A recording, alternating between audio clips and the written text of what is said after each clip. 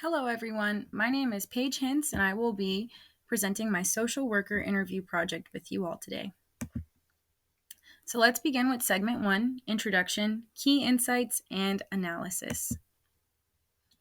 This interview was conducted with Maddie Rosales, who obtained her bachelor's degree in psychology at Wingate University.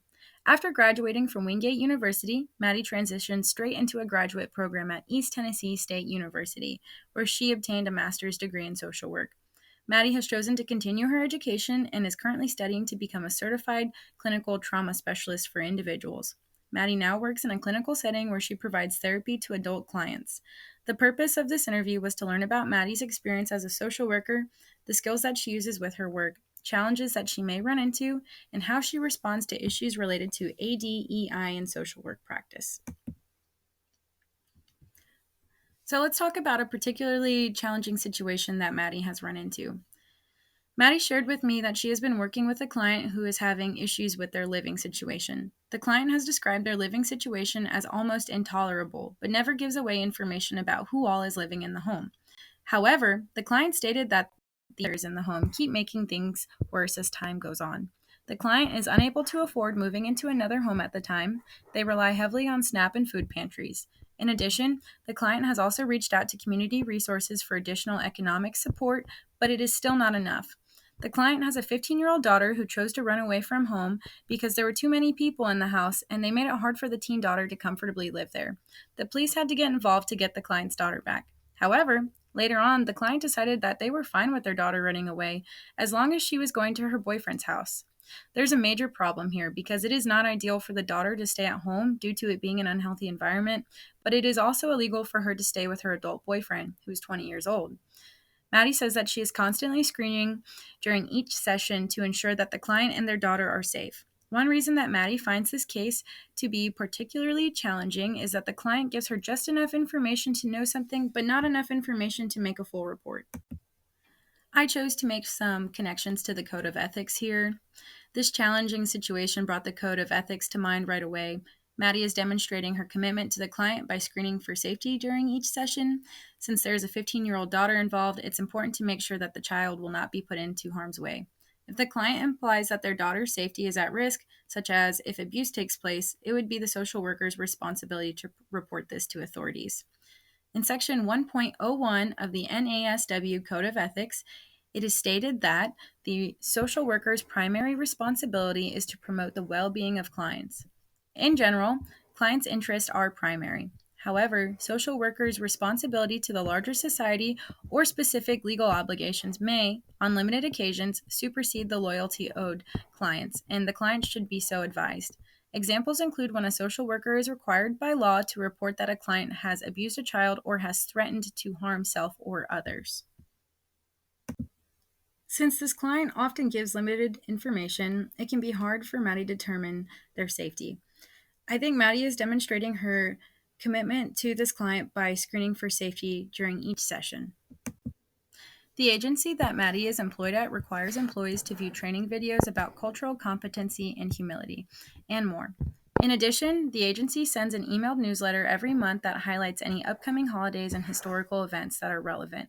Maddie explained during the interview that she uses these tools but also tries to stay up to date with information that may impact her clients, especially those who belong to minority groups. Maddie keeps resources posted around her office and outside of her door, visible for all clients to see. There are also posters in front of Maddie's door that highlight that her office is a safe space for everyone. So let's make some connections to cultural competence and cultural humility. Cultural competence is an ongoing process of building knowledge of self and others. We must treat clients with respect and remember that they are the experts of their own worldview. The ability for a social worker to grow their cultural competence can also be built through active listening skills with their clients. The agency that Maddie works for helps improve their employees' cultural competence by providing said training videos and by sending out informative newsletters. Cultural humility is the ability to look inwards, finding ways to manage personal biases. It is important to demonstrate a respectful drive to want to know more and to learn more about the background of people different than ourselves. I believe that Maddie demonstrates cultural humility by keeping up with new, relevant information about other cultures, which has come into action through her own initiation of seeking out information to expand her knowledge. The need for therapy does not discriminate, as people of all races and backgrounds may appear in the office to receive therapy. In order to work progressively with diverse clients, a counselor must recognize any previously held ideas that they have established about a population based on their ethnicity, nationality, race, etc. The competencies above help to ensure that individuals of all backgrounds receive the quality of help that they deserve. Let's talk about collaborating and seeking guidance. Maddie did inform me that she feels lucky to work at an agency that also provides primary care for their clients. There are specialists at her facility who help with medication management for mental health. In addition, they also have a crisis team that provides notes for after hours calls. Not only that, but if Maddie is looking for extra insight, she schedules meetings with other therapists to help her find what she needs. The CEO of the agency that Maddie works at is also her supervisor, who she can seek guidance from about any concerns that she may have. The agency also has an internal program called Health Equity, which is dedicated to finding community resources for clients. The clinicians are able to refer clients to Health Equity after determining the needs of the client. Maddie said that being able to collaborate with other people in her agency helps her to make sure that clients are receiving the best practice care. In Section 2.03 of the NASW Code of Ethics, it is stated that social workers who are members of an interdisciplinary team should participate in and contribute to decisions that affect the well being of clients by drawing on perspectives, values, and experiences of the social work profession. Professional and ethical obligations of the interdisciplinary team as a whole and of its individual members should be clearly established. In Section 2.05, it is stated that social workers should seek the advice and counsel of colleagues whenever such consultation is in the best interest of clients. I think this is demonstrated heavily in the agency that Maddie works at due to the fact that she has so many resources to help her within the workplace. Both of these sections provide a clear expectation about why collaboration is often necessary in social work practice. While analyzing both of these sections, I realized that Maddie is demonstrating ethical behavior by collaborating with her colleagues and supervisor to ethically help her clients with the best approach. I asked Maddie to tell me about what techniques work for her and what techniques don't work as well for her. So this is what she said. Maddie has found that different interventions are needed based off of each specific case that she encounters. The interventions that she uses are cognitive behavioral therapy, brief strategic family therapy, internal family systems intervention, and motivational interviewing. However, she also finds herself using specific trauma interventions from studying to become a certified clinical trauma specialist. Acceptance commitment therapy is an intervention that Maddie occasionally uses, but she said it is not her favorite. Maddie also let me know that she does not feel that it is the best intervention for many of her clients. Maddie finds that talk therapy is typically what works best for the clients that she meets with. During a lecture that took place previously in the semester, I remember that we were told that we cannot assume that every client can be treated the same way as another. By adapting treatment interventions, people from all walks of life can be included in the best proper care. No matter what background someone comes from, they should not be compared to others and should be met with equal effort that all clients are supposed to receive. I did choose to ask Maddie if she had any advice for me as a future social worker. Maddie said that it's important to prioritize self-care. She said that clients are often encouraged to partake in self-care. However, it is hypocritical for social workers to not do the same for themselves. Setting boundaries can help separate work life and personal matters. Maddie stated that self-care helps her to feel better as a clinician by taking care of her own needs. Everyone is a human being with their own needs, both clients and clinicians. Earlier in the semester, we learned about why self-care is important for social workers.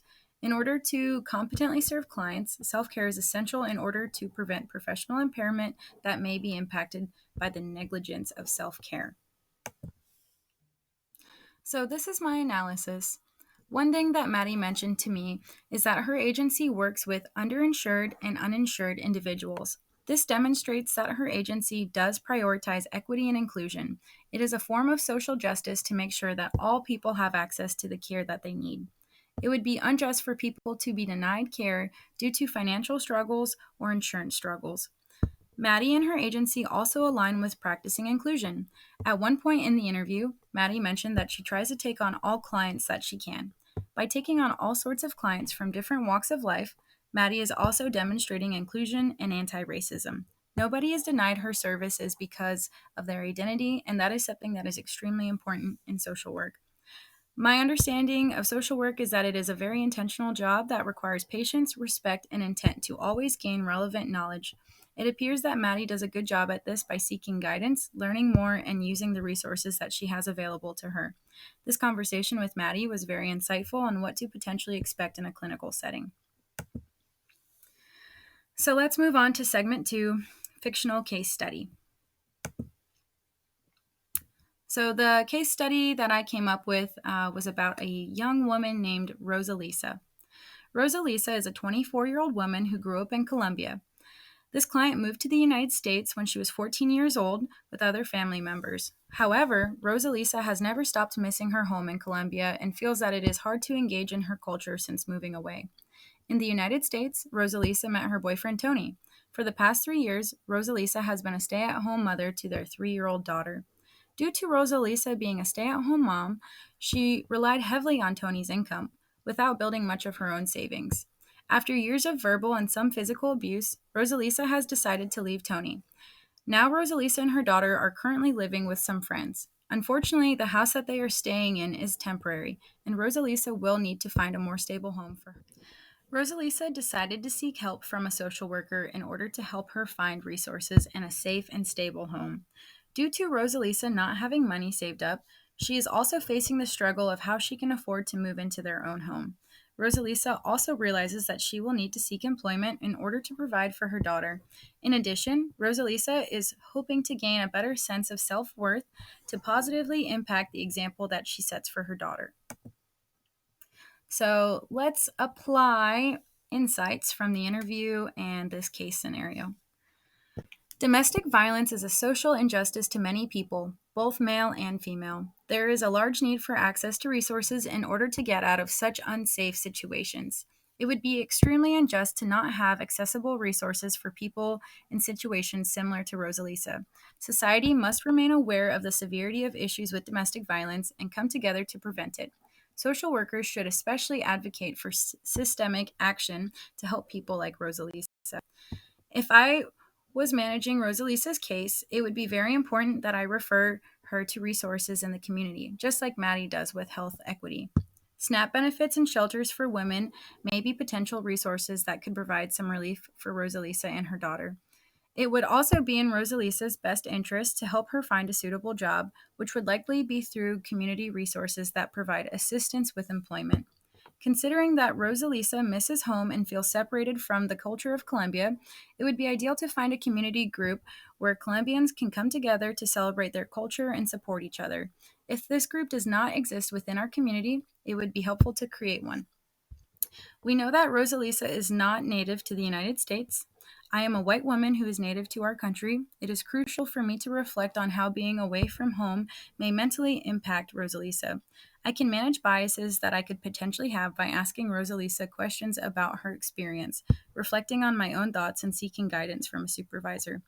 If I were to ignore Rosalisa's cultural needs, I would not be providing her with the best possible care. Finding ways to connect Rosalisa with other local Colombian community members would be a great way to help promote and empower diversity in our community. Some form of therapy would likely be helpful to Rosalisa as well. This client has endured trauma in her relationship, which has taken a toll on her sense of self-worth. This is a big transition in Rosalisa's life. We know that it is common for people to seek therapy during big life changes. Based off of my conversation with Maddie, I think talk therapy would be helpful in aiding Rosalisa's emotional healing. However, Rosalisa is the expert of her experience. Through active listening skills, I may decide that a different type of therapy is needed. There is something very important to consider about Rosalisa's situation, her sense of belonging. Rosalisa is living in a place that she was not brought up in, while also leaving her most recent home with Tony. It's very possible that Rosalisa may reveal that she is feeling isolated and alone. Finding other members in the community that are also Colombian may increase Rosalisa's sense of belonging. A sense of belonging is an important factor in the well being of individuals. A sense of belonging is created through deep connection and experiences with others. Family, friends, school, workplaces, communities, and groups are all examples of factors that contribute to the sense of belonging. I've always envisioned my future office as a place that would be enhanced with empowering posters. While posters are something that may seem small and get overlooked, I think having posters similar to the ones outside of Maddie's office would be a small step in the right direction to improving a client's sense of belonging. If the client knows that they are entering a safe space, they may feel more accepted and open to sharing their needs without fear of judgment. The expected outcome would be that Rosalisa would eventually find stable income, a stable place to live, and would have an improved sense of self worth. By the end of Rosalisa's treatment, it would be ideal for her to be connected with other community members that are Colombian as well. It would be highly unethical to disregard any of these needs that Rosalisa has. As the clinician working with her, I should be able to provide those tools and resources that are necessary to help her. The expected outcome would include the result that all of Rosalisa's needs are met. Segment 3: Reflections, Application, and Future Impact. So let's start with the reflection. A big key takeaway from conducting this interview is that social work care doesn't just start and end in the office. Social work care will often look like collaborating with colleagues to seek guidance, perspectives, and additional resources for information. Social workers can take their own initiative to learn more about other identities than their own by researching important aspects of other cultures. Collecting information and insights from colleagues and other members of an agency, and even diverse experiences, can also help a social worker improve their competency with each case that is presented. Before conducting this interview, I imagined that a lot of social workers in clinical settings work alone, with the occasional check in from a supervisor. After hearing about Maddie's experiences, I realized that social workers are truly a team working together to make the world a better place. In fact, in some situations, it would be deemed more ethical to collaborate with others about cases. Without consulting others, such as a supervisor, the clinician could be putting the client at a disadvantage by not gaining other perspectives and insights to better help and understand the case.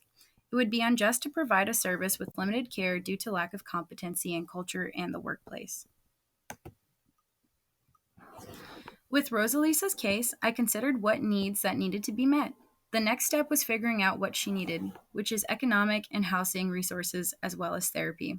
This is something that Maddie was able to demonstrate when she let me know about all of the resources that her agency offers and how she utilizes them. An example of this is referring clients to Health Equity, which helps clients locate resources in the community.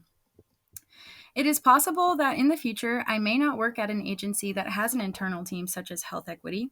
Nevertheless, it has been emphasized to me that it is extremely important to connect clients with resources if that is what is necessary for the client. Whether those resources are presented by me or an internal agency, the important thing is that the resources are offered. Maddie also discussed with me that she uses talk therapy for clients pretty often. This is a good approach because it makes the client feel like they are just having a normal conversation. By providing talk therapy to Rosalisa, she may feel more comfortable and may be more likely to open up to me.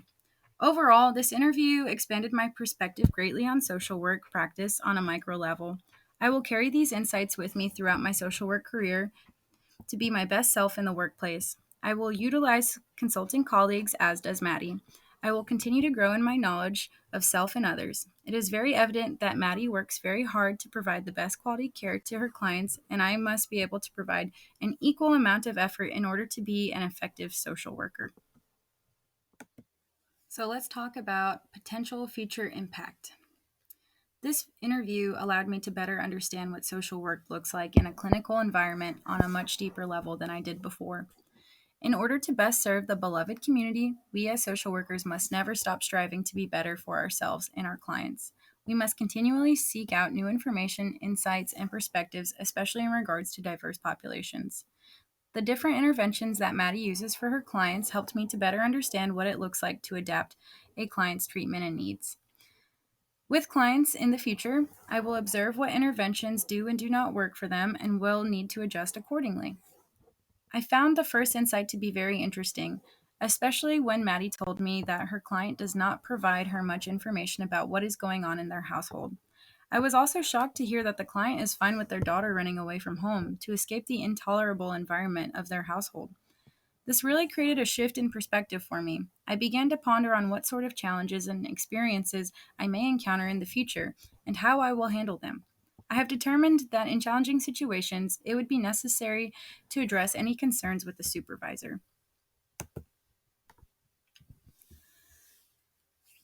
I really liked Maddie's approach about trying to take on any client that she can. By doing so, a clinician is able to learn about many types of backgrounds, which is especially important for clients from backgrounds that are different than our own.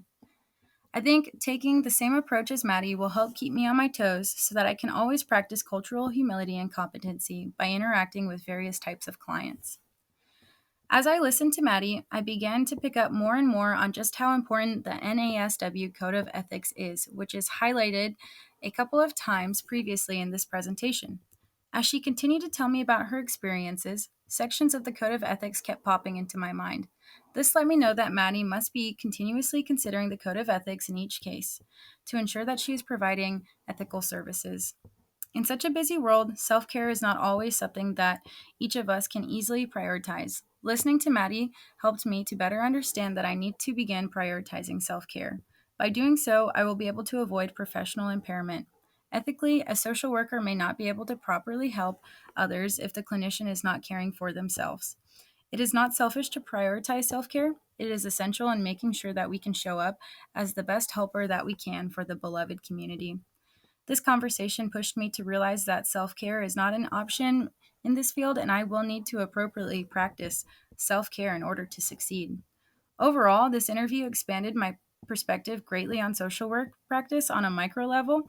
I will carry these insights with me throughout my social work career to be my best self in the workplace. I will utilize consulting colleagues, as does Maddie.